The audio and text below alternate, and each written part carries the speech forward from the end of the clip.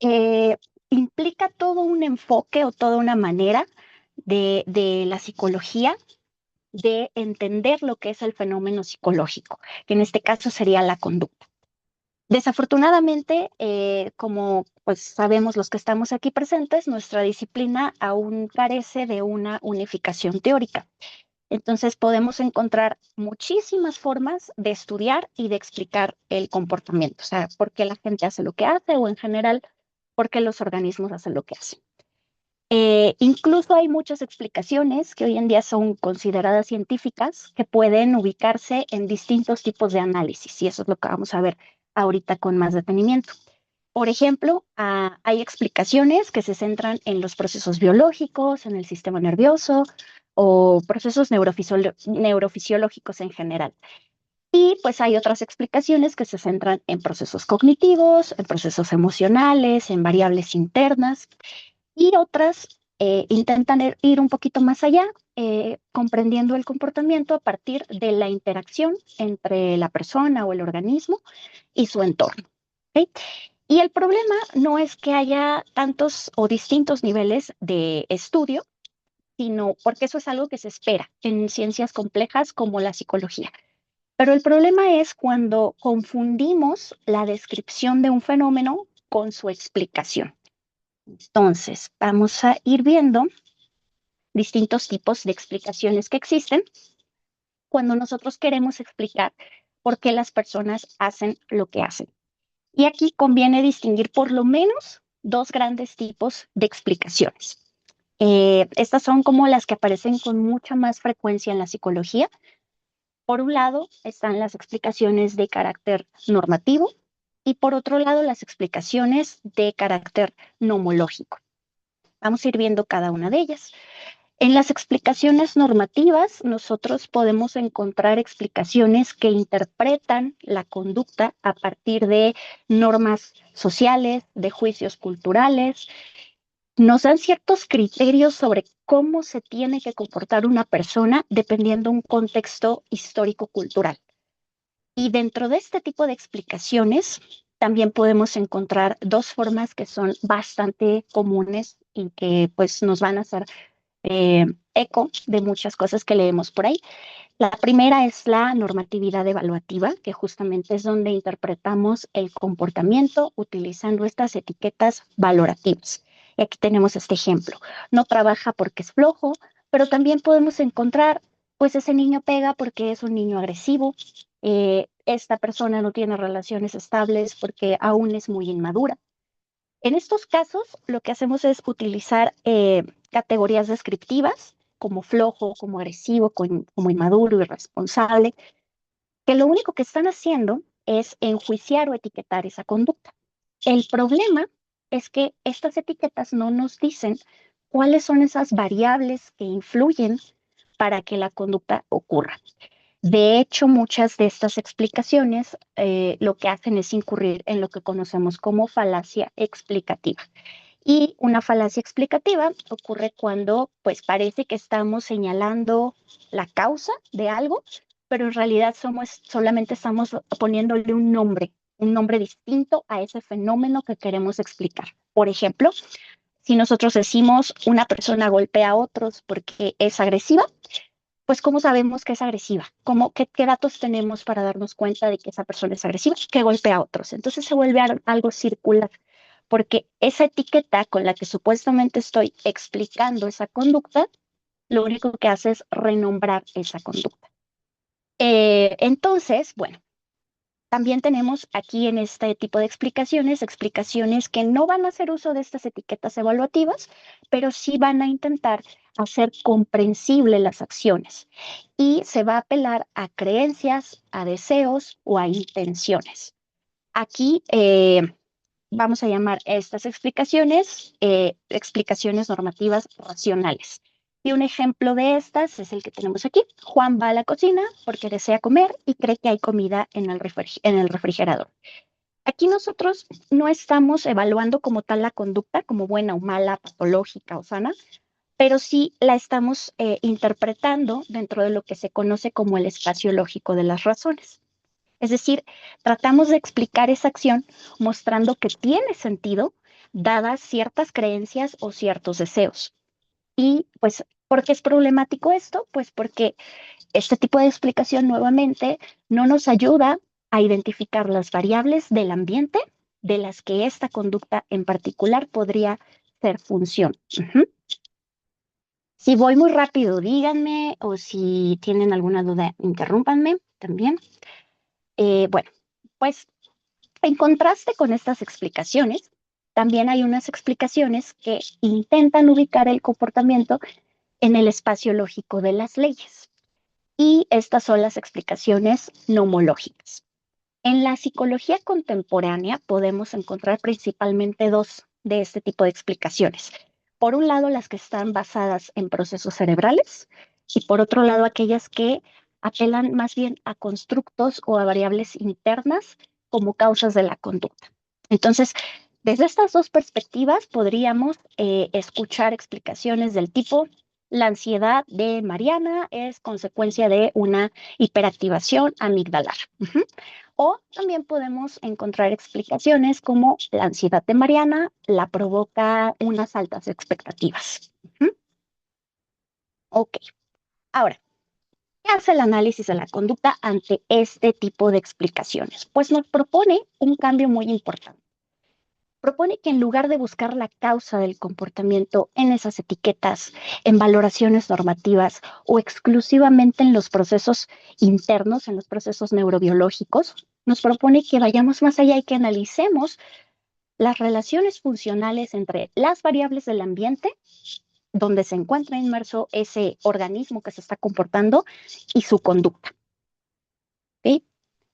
Entonces, aquí es donde muchos hacen críticas muy comunes hacia el análisis de la conducta, pues donde supuestamente dejamos de lado o ignoramos o negamos la importancia del cerebro, de los procesos biológicos, cognitivos, pero la realidad, pues es que no dejamos de lado esos procesos ni negamos su importancia. Lo que hacemos es discutir el nivel de análisis desde el que intentamos explicar la conducta. ¿Okay? Bien, y aquí vamos a hablar justamente de los distintos niveles de análisis. Hay distintas disciplinas científicas que estudian el comportamiento, pero lo hacen justo desde niveles diferentes. Por ejemplo, tenemos a las neurociencias, que estudian los procesos que ocurren dentro del organismo y muy particularmente dentro del cerebro. Este tipo de explicación se ubica en un nivel de análisis que llamamos subagencial. Y en este nivel, pues puede ser muy útil y muy valioso para entender cómo es que funciona el sistema nervioso.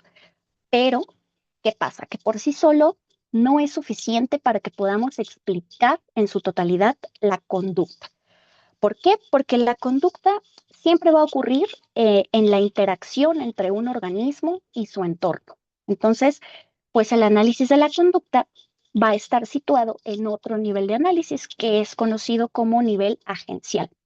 Y en este nivel no vamos a intentar ver únicamente qué es lo que pasa dentro del organismo cuando se comporta de determinada manera, sino que vamos a intentar encontrar las relaciones funcionales entre lo que hace ese organismo y las condiciones de su entorno en las que lo hace. Es decir, vamos a estudiar la conducta como parte de un sistema de interacciones entre el organismo y su ambiente. ¿Okay? Este nivel de análisis nos ofrece una ventaja muy importante por encima del otro, ya que aquí podemos describir, podemos predecir y podemos modificar el comportamiento de una manera directa. O sea, imagínense que solamente pudiéramos, o sea, si nos quedamos en el nivel subagencial, pues las intervenciones estarían muy reducidas porque únicamente tendríamos que trabajar con esos procesos neurobiológicos. Entonces, ¿qué haría el psicólogo a diferencia de un neurólogo, por ejemplo? ¿No? Entonces, vamos a ver la siguiente.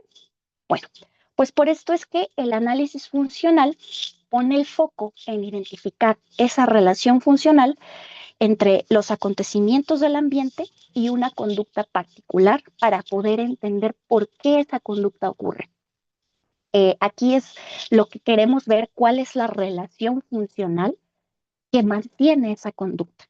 Esto nos va a permitir modificar esas condiciones del entorno que están funcionalmente relacionadas con la conducta. Esto no significa que el análisis de la conducta deje de lado o niegue la influencia del cerebro, de los procesos biológicos.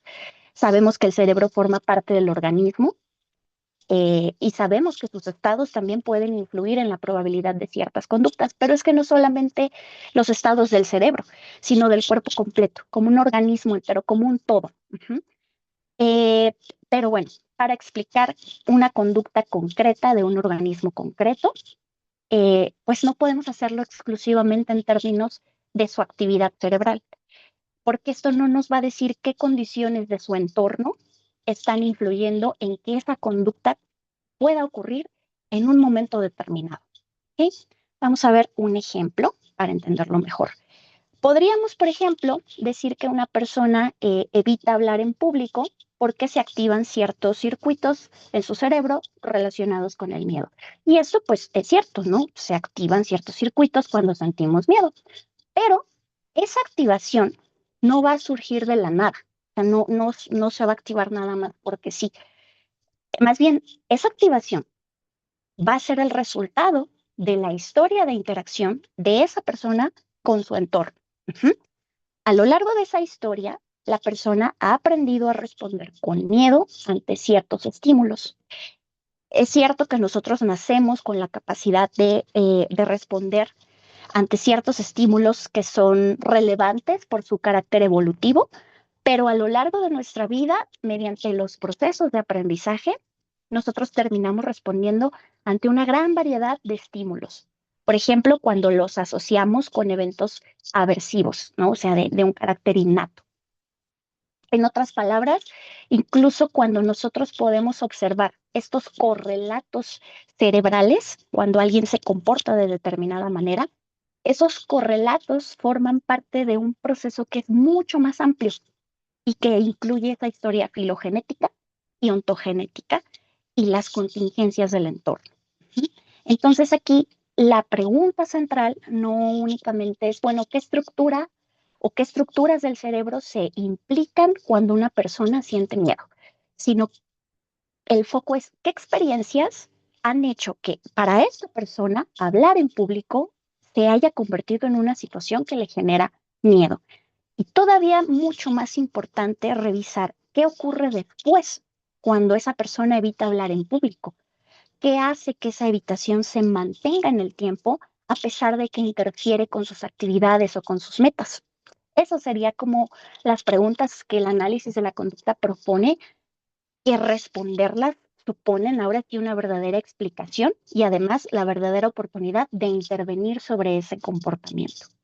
Y para responder esas preguntas, lo que tenemos que hacer es analizar esas relaciones funcionales entre la conducta y las variables del ambiente.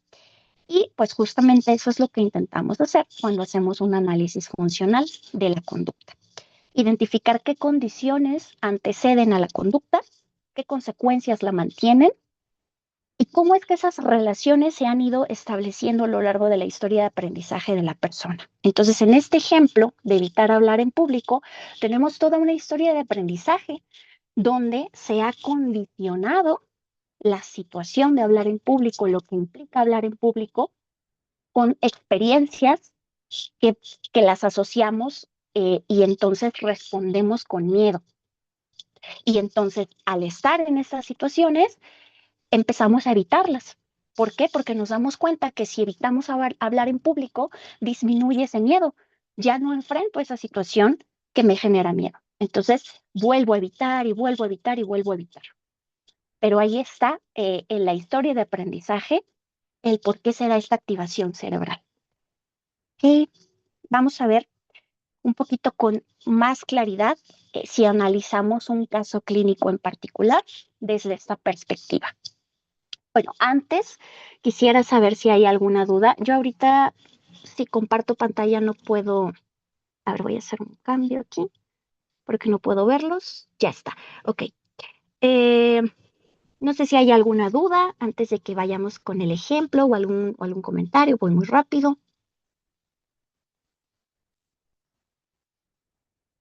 Ok. Me dicen que se ve pequeña. Sí, disculpen que estoy desde el celular. He tenido muchos problemas con la computadora, pero igual les comparto la presentación. Y no sé si tengan alguna duda. ¿Todo perfecto? ¿Todo bien? Ok, bien. Entonces vamos a ir con el ejemplo. Ok. Entonces tenemos el caso de Mariana. Mariana tiene 29 años. Mariana trabaja como arquitecta en una firma de diseño y pues lleva muchos años manejando sin problema para ir a su trabajo, visitar a su familia, realizar todas sus actividades cotidianas. Pero hace aproximadamente 8 meses, Mariana sufrió un accidente automovilístico mientras conducía en una avenida con mucho tráfico. Un vehículo se pasó un semáforo en rojo y chocó contra el lado de su coche. Este accidente no dejó lesionados graves, pero Mariana se quedó atrapada adentro de su coche durante varios minutos hasta que llegaron los paramédicos. Durante todo este tiempo que Mariana estuvo en su coche, experimentó una fuerte activación fisiológica, taquicardia, temblores, sensación de falta de aire y pues obviamente pensamientos de que podía morirse en ese momento. Después de este accidente, Mariana permaneció varias semanas sin conducir mientras su coche estaba en el taller mecánico. ¿Ok? Bien. Cuando Mariana intentó volver a manejar por primera vez después del accidente, notó que cuando se acercaba a su coche comenzaba a sentir una intensa activación fisiológica, aumento del ritmo cardíaco, sudoración, tensión muscular, sensación de falta de aire. ¿Ok? En una ocasión intentó conducir unas calles, pero cuando llegó a un semáforo comenzó a sentirse muy mareada y decidió regresarse a casa. A partir de ese momento, Mariana comenzó a evitar manejar. ¿Ok? Con el paso de los días, el miedo de Mariana comenzó a extenderse hacia otro tipo de situaciones que se relacionaban con el tráfico, con el coche. Y entonces, el problema de Mariana, con el que Mariana llega al psicólogo, es que evita conducir, evita viajar como pasajera cuando le es posible, siente mucha ansiedad, mucha angustia, incluso cuando escucha el sonido de un frenazo, las bocinas fuertes y prefiere trabajar desde su casa o utilizar el transporte público, aunque eso le implique unos trayectos mucho más largos. Como consecuencia de esta evitación, pues ha tenido varias dificultades, empieza a llegar tarde al trabajo, rechaza proyectos que implican trasladarse a obras, reduce las visitas a sus familiares, a sus amigos, y bueno, pues su mundo cotidiano, sus actividades cotidianas se han ido restringiendo cada vez más y más y más y más. Y Mariano también comenta que sabe racionalmente que manejar no es algo peligroso en sí mismo, pero aún así ella siente muchísimo miedo cuando se intenta exponer a situaciones relacionadas con conducir o de simplemente pensar en volver a manejar. Por esta razón es que busca ayuda psicológica. Ahora, vamos a ver, ¿cómo explicaría la psicología tradicional el caso de Mariana? Y la más común sería una explicación desde el modelo biomédico. Desde esa perspectiva, pues muy probablemente el caso se llegaría a conceptualizar como un cuadro de trastorno de estrés postraumático. Este diagnóstico estaría basado en la presencia de varios síntomas que son característicos después de un evento traumático. Por ejemplo, pues estar reexperimentando el evento, estos flashbacks, las respuestas intensas de miedo ante las situaciones o las cosas que están asociadas al accidente, la evitación de situaciones relacionadas con este evento traumático, una activación fisiológica bastante elevada y el impedimento para realizar sus actividades. Este diagnóstico, pues sí, nos puede ser útil para poder clasificar este problema, incluso para facilitar una comunicación entre profesionales, ¿no? Que ya más o menos hablamos de esto y sabemos más o menos de qué va el caso. Pero por sí mismo, este diagnóstico no nos va a decir cuáles son las variables que están manteniendo la conducta en este caso particular. Entonces, si nosotros solamente decimos que Mariana evita manejar, evita subirse a un coche, y que prefiere tomar el transporte aunque le implique largos trayectos únicamente porque tiene estrés postraumático, pues esto puede ser descriptivamente correcto. Pero si nosotros lo pensamos con un poquito más de cuidado y les pulgamos un poquito más, la explicación termina siendo un poquito circular. ¿Por qué? Porque evita manejar, porque tiene estrés postraumático. Pero ¿cómo sabemos que tiene estrés postraumático? Porque evita manejar y porque presenta respuestas intensas de miedo. Y hasta ahí nos quedamos. O más bien, si hasta ahí nos quedáramos, entonces, bueno, pues, ok, pero ¿qué mantiene el problema? ¿Qué tengo que hacer ante esto? Bueno, pues aquí es donde el análisis funcional va a intentar responder a esta misma pregunta de una forma diferente.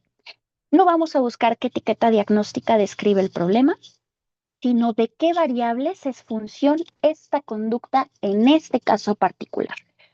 Y desde esta perspectiva analítico-funcional, intentaríamos identificar cuáles son esas relaciones funcionales entre esas situaciones donde se activa este miedo, las respuestas que Mariana emite en esas situaciones y las consecuencias que son las que mantienen esas respuestas.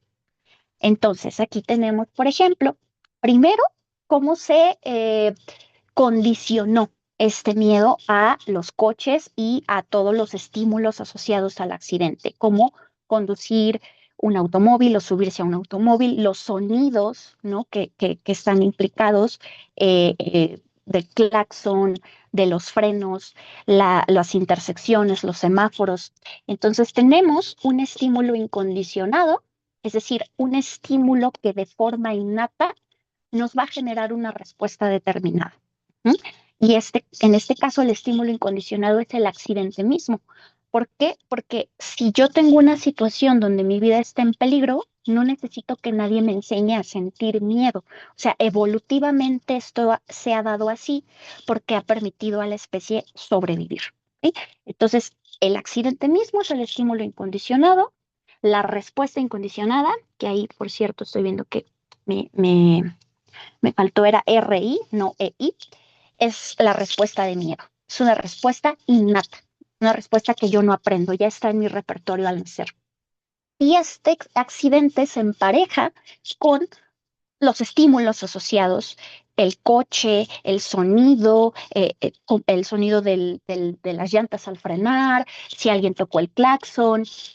Entonces, todos esos estímulos empiezan a emparejar con el accidente y me generan una respuesta condicionada de miedo. ¿Por qué condicionada? Porque yo no nazco con ese miedo ante los estímulos, sino que en ese emparejamiento empiezo a responder de esta forma ansiosa, miedo, la taquicardia, la sudoración, todo el aumento de la frecuencia cardíaca, respiratoria, ¿okay? Empiezo a responder de esta forma.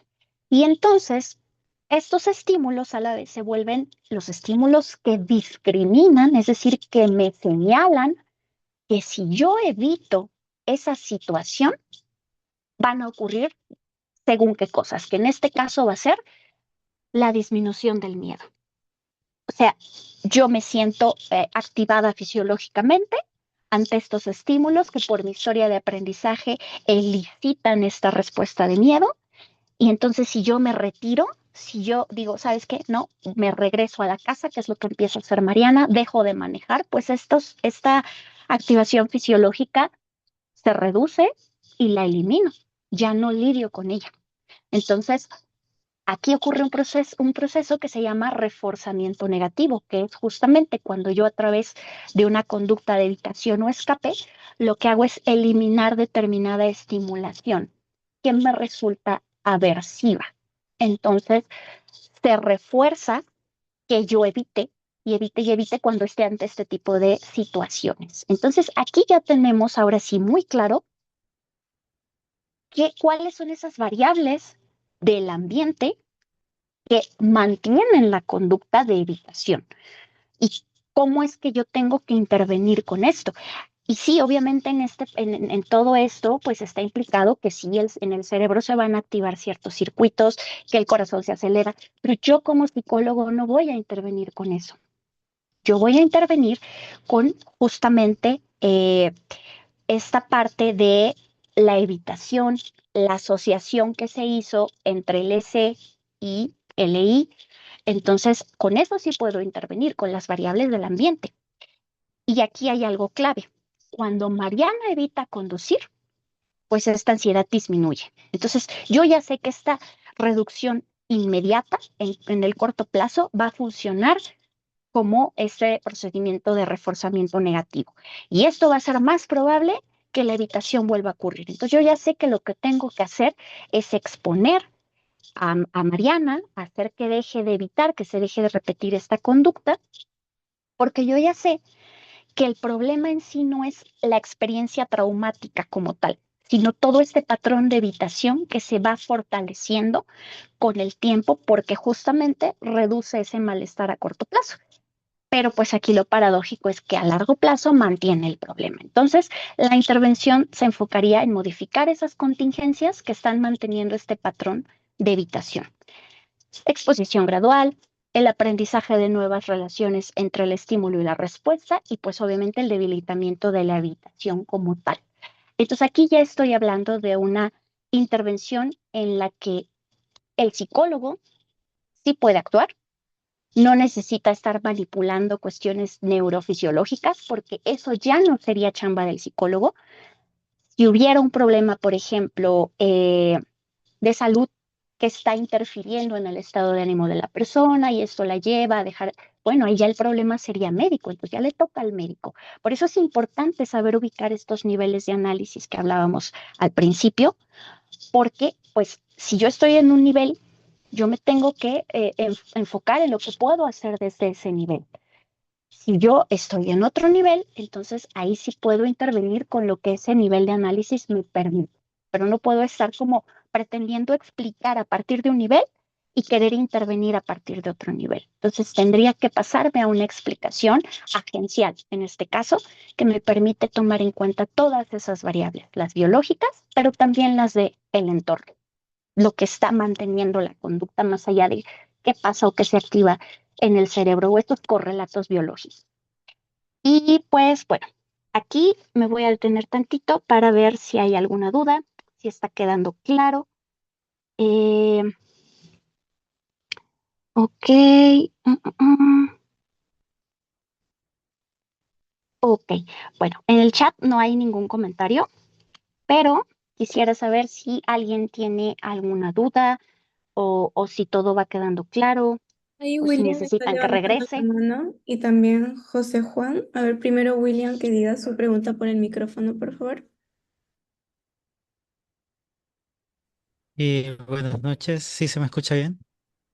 Sí, Va, bueno, mi pregunta, o bueno, mi duda es en cuanto a lo que usted decía al inicio de explicar este sistema, ¿verdad? Que originalmente una explicación biomédica sería trastorno de estrés postraumático y la explicación luego desde el análisis funcional es totalmente diferente.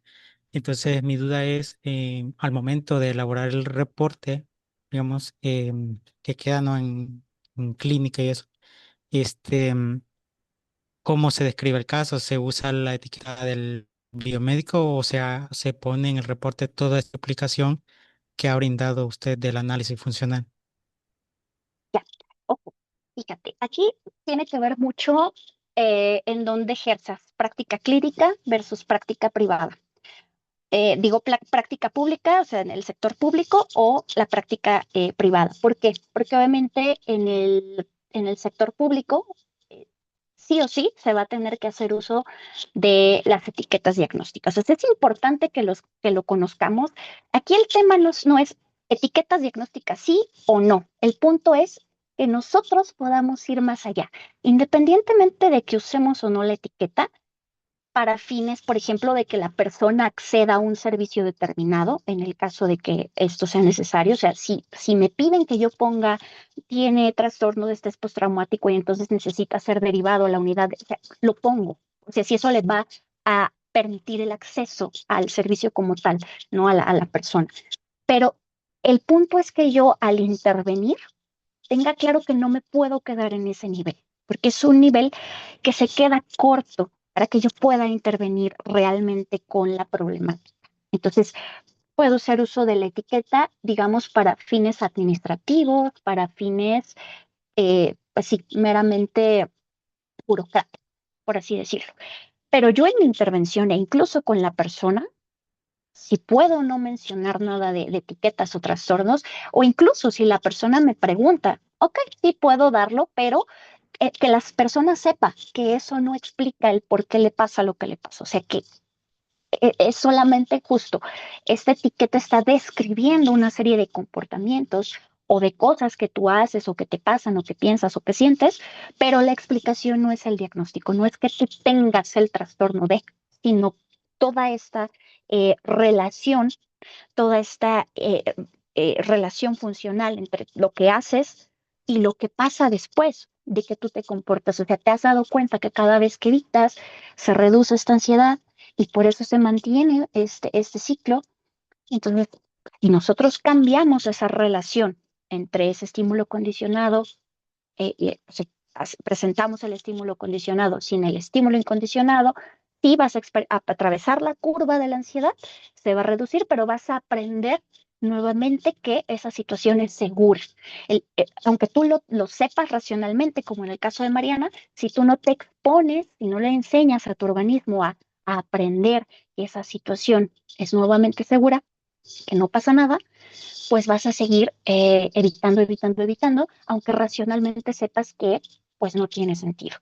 Entonces, esa es la explicación, no la etiqueta diagnóstica. No sé si contesté tu pregunta, Sí, sí, muchas gracias. no al ti.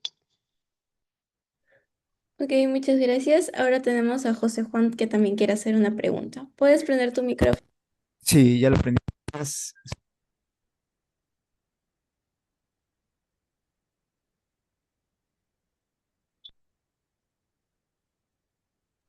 No se te escucha, o no sé si soy solo yo, pero no se le escucha.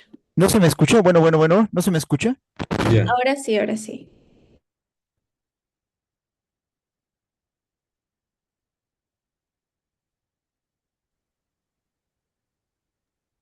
Uy, otra vez no se te escucha, José Juan. ¿Ahora ya se me escuchará? Ahí sí. Sí, ok, creo que mi micrófono que está mal. Bueno, mi pregunta iba en el siguiente sentido. ¿Qué ocurre cuando hay varios elementos, varios estímulos? O sea, varias causas en un mismo nivel. En el caso de Mariana, pues bueno, está claro que es bueno, el accidente como tal.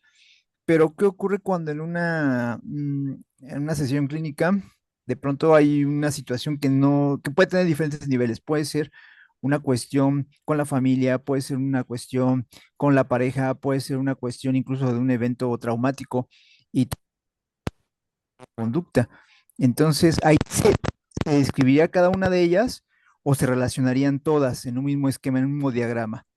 Esa sería mi pregunta. Ok, ok. Espero haberla comprendido y que te la pueda responder bien.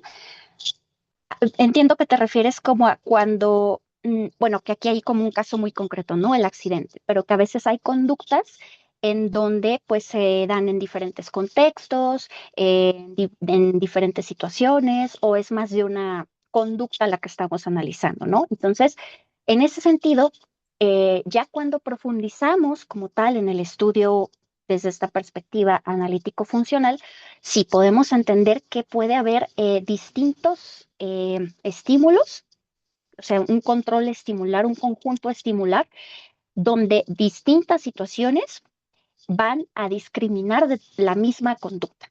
Y también puede haber distintas conductas con la misma función, es decir, hago distintas cosas morfológicamente, es decir, o sea, la morfología es cómo se ve la conducta, que yo mueva la mano, que yo estornude, o sea, tal cual describir esa conducta.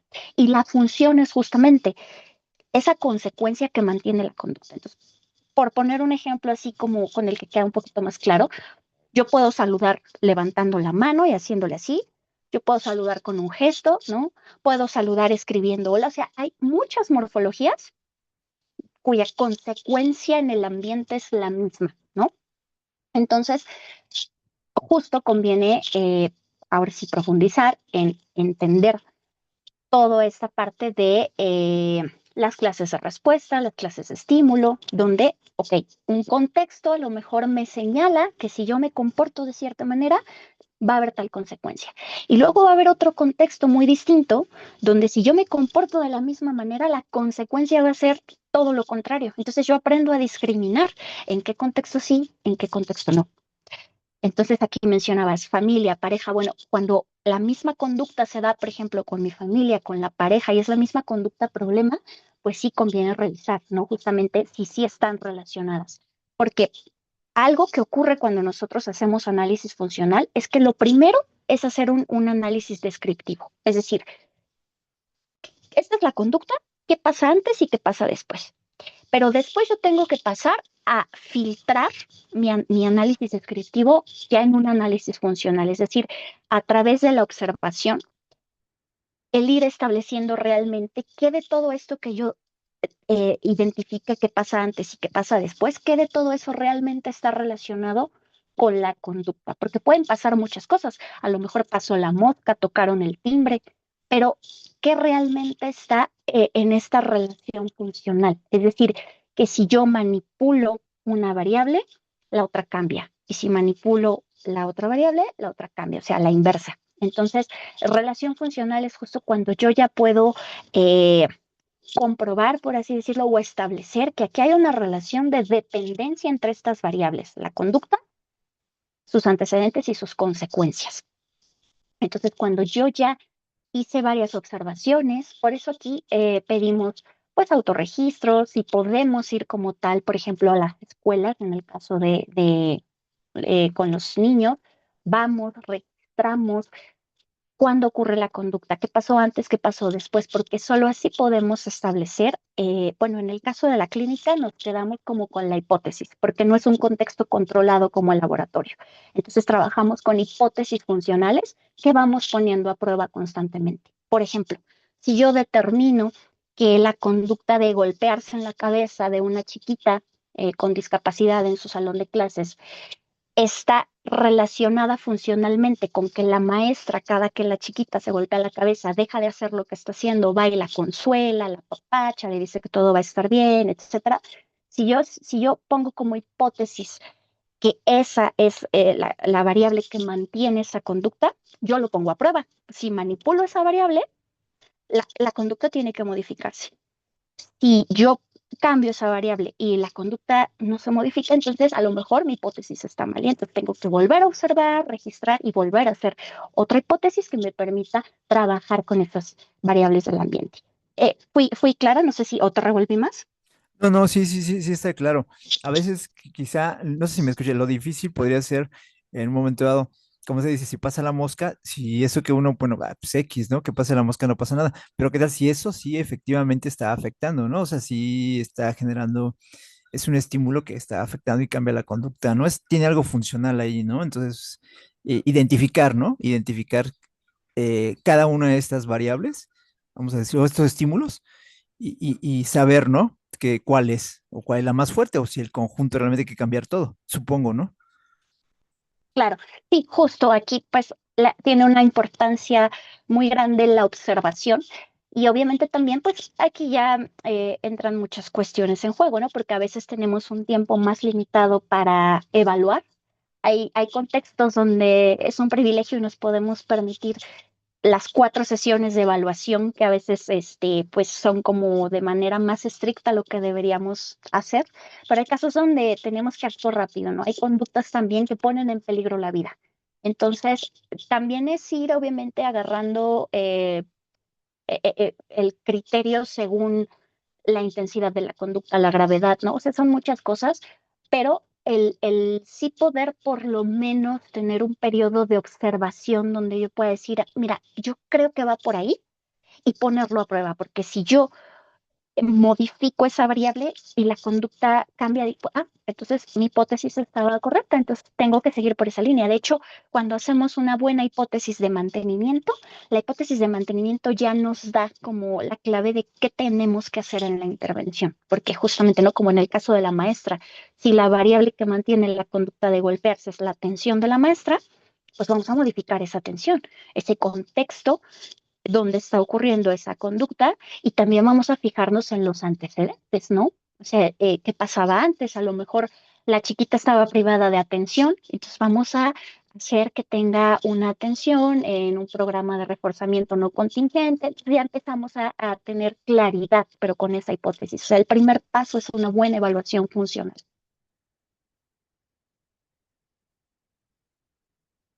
No sé si alguien más tenga alguna otra duda o algo que quiera Sí, comentar. justo Christopher también está levantando la mano. ¿Puedes prender tu micrófono, por favor?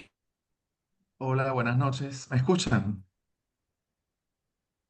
Sí, Sí, tengo una pregunta con respecto al análisis funcional de la conducta, el análisis funcional de la conducta, porque no me queda claro si solamente se puede utilizar como herramienta a nivel individual o si también, por ejemplo, se puede utilizar para analizar problemáticas a nivel organizacional, por ejemplo, porque tengo entendido, o sea, yo he buscado información y yo he escuchado muchas ponencias de Ana Jesús Forzán, que bueno, que es una persona muy representativa del análisis funcional, especialmente en España, y ella dice que bueno, que se puede utilizar para múltiples áreas, pero en la bibliografía es verdad que me he encontrado con bastante dificultad para poder conseguir material acerca de eso.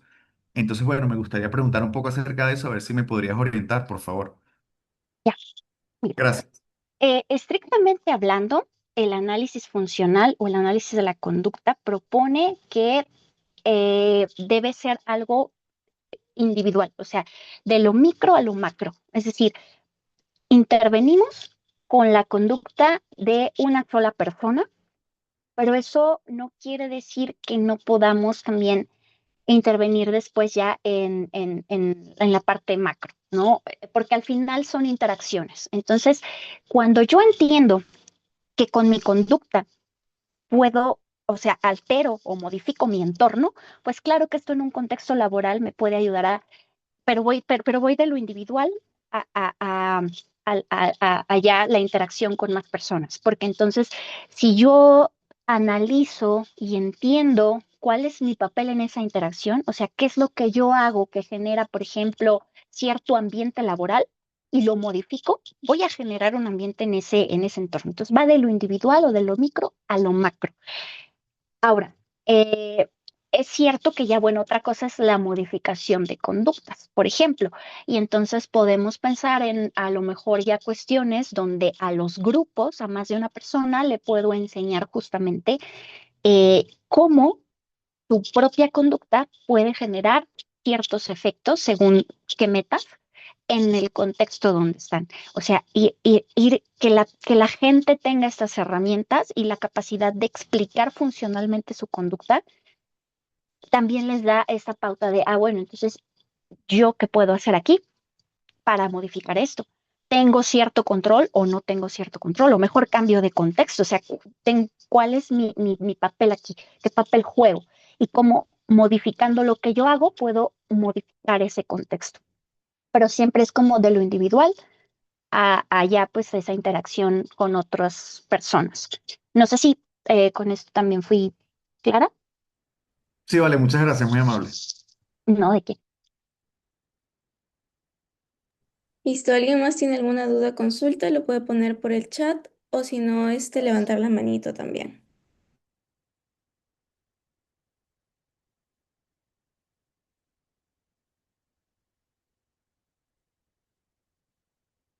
Bueno, parece que nadie más. Para antes de finalizar, me gustaría los que puedan prender su camarita para poder tomar una fotito grupal. A ver si es que se animan, por favor.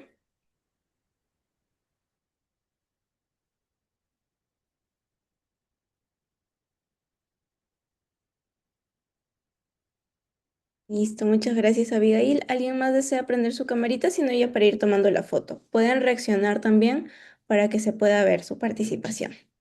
¿Ok? Entonces, voy a... Listo. Entonces, 3, 2, 1. Sonrían. Listo. Muchas gracias, ponente. Muy buena información. Ha respondido también de manera muy interesante las preguntas que han tenido los participantes y agradecerle de nuevo por tomarse ese tiempito para poder divulgar y enseñarnos sobre lo que es la psicología basada en evidencia, en específico esta herramienta tan importante que es el análisis de la conducta. Muchas gracias a ustedes. Excelente noche. Muchas gracias, chicos. Ahí en el chat he puesto el canal de YouTube que más adelante se va a subir esta ponencia, este workshop. Muchas gracias.